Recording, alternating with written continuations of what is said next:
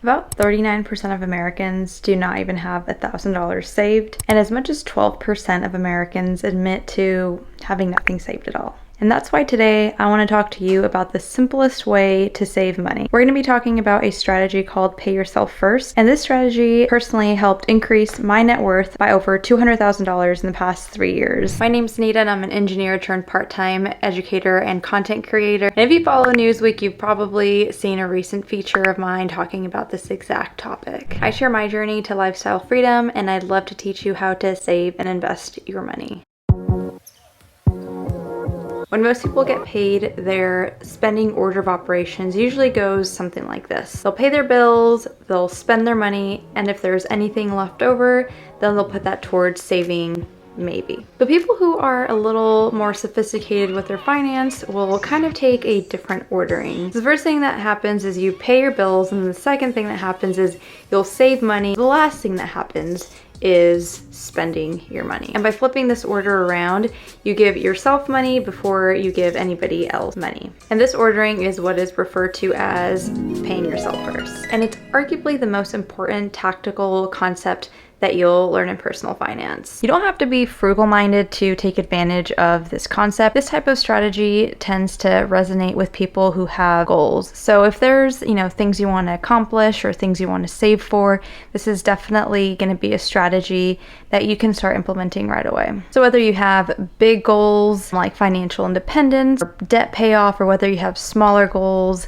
like vacation or gifts for the year, this method is going to help you reach those goals. So implementing this is going to take some light planning, because you don't want to pay yourself too much to the point where you don't have enough money for other expenses. So I'm going to walk you through the system that I personally use at the beginning of the month to implement this. And by the way, you can grab this template that I'm going to share with you for free in the description. So we're going to start with a minimum post-tax salary. So just fill out the annual, and the monthly will be done automatically. I personally only include my part-time W-2 income. I don't include any income that's like a side hustle or anything like that. I like to be conservative in my planning. Use a source that you sort of know you're gonna get at minimum. And if all you have is a 9 to 5, then this will be straightforward and easy for you. And then the next thing we're gonna do is basically brain dump all of our fixed expenses. So these are expenses that happen every single month and don't change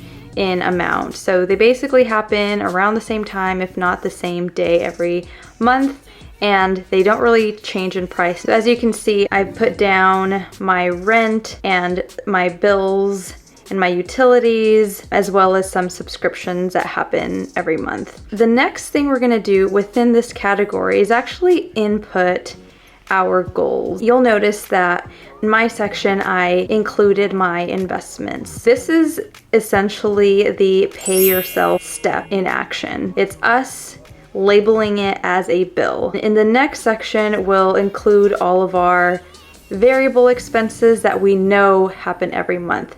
So variable expenses, unlike fixed expenses, are different amounts every month. Like groceries, for example. You might have maybe some fun money that you set a budget for, but you sometimes go a little under, a little over month to month. And then the last category that I have here are just non-monthly expenses. So these are expenses that you know you're gonna spend your money on. It's important to consider all of this in our kind of bird's eye view of our annual expenses, because we wanna make sure that we have enough money in the worst case scenario to fund the amount that we're paying ourselves. So here is where you're gonna put all of your annual bills, your semi-annual bills, or even quarterly expenses that come up. So for example, for me, that is coffee. I get coffee in bulk about every 2 months. So not quite a monthly expense, so I just put that here. Things like skincare, makeup, haircuts, etc. All of that will go in this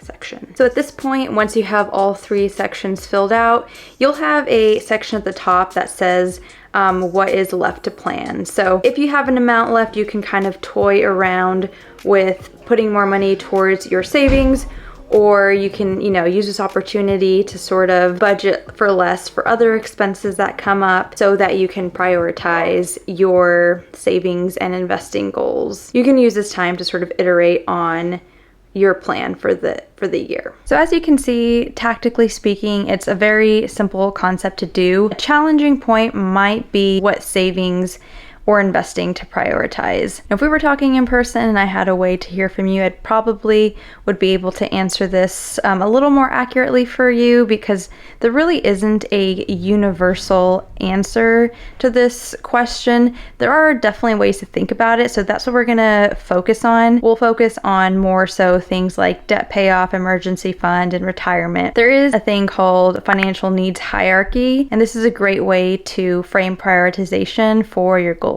At the bottom, you know, this probably goes without saying, but if you don't have discretionary income after your bills are paid, then you're going to want to focus on that first before you even save, because there's no money to save, right? Assuming, you know, you're beyond the basics and you have some money to save, but you don't have an emergency fund, you'll definitely want to do that as a priority. Having that safety layer is really going to give you peace of mind. And then leveling up from there is the wealth accumulation phase, where you want to focus on things like debt payoff and investing. After that's done, you focus on the kind of really nice to haves, which are financial independence and generational wealth. So things like paying for your children's college. I do want to emphasize that you can work on multiple of these zones at a time. There's many different schools of thought when it comes to ordering, and to be honest, there isn't really a right way of doing it.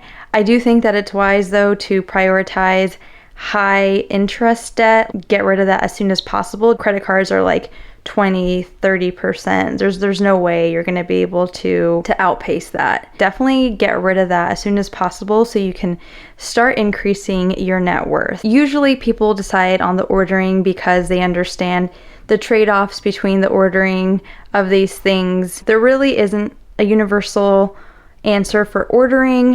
You would probably want to work with a financial coach to kind of walk through that, maybe even like interacting with ChatGPT with very specific questions when it comes to paying debt off before investing. I personally would encourage people to do both at the same time.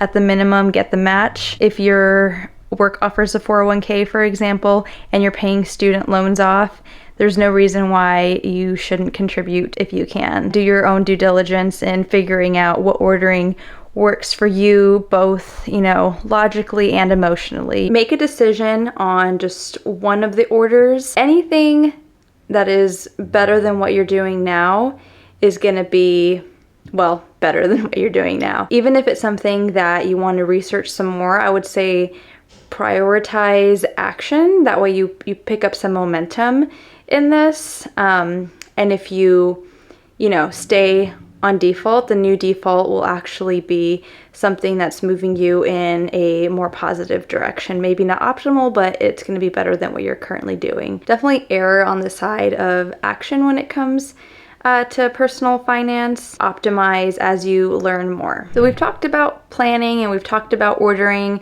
This next point is going to be very almost magical. And this is the topic of automation. So you're definitely going to want to automate all of these contributions. If you've included, investing or saving as a bill, you're going to want to make sure that you set up auto transfers from your checking account or from your paycheck to a separate account. If you're contributing to a 401k, you're going to want to talk to your HR to set up automatic contributions, whether it's a percentage or whether it's a dollar amount from your check that will go to your investment account. Just as an aside, this is not what this video is about, but you're going to want to make sure that that's actually invested and not just like sitting in cash, because that's not going to grow for you. And if it's anything like an IRA or like a brokerage account that you want to transfer money to, you're going to want to actually do that yourself. You're going to want to go to whatever brokerage website that you do business with and set up reoccurring automatic deposits, and ideally purchases as well. I do have a step-by-step guide on how to do that on Fidelity. I'll link that in the description. I also apply automation towards that third category of things, my expenses that don't happen on a monthly basis. I, set up automatic contributions to my different high yield savings account. Personal finance is totally personal, but the way that I do it, and that sort of makes sense for me, is to have separate high yield savings account sort of buckets. So I'll have like one for Christmas, one for wedding, one for like my DMV renewal, etc. So whenever I get a paycheck, so depending on what the amount is and what the goal is, I will set up an automatic transfer from my checking account to my high yield savings account.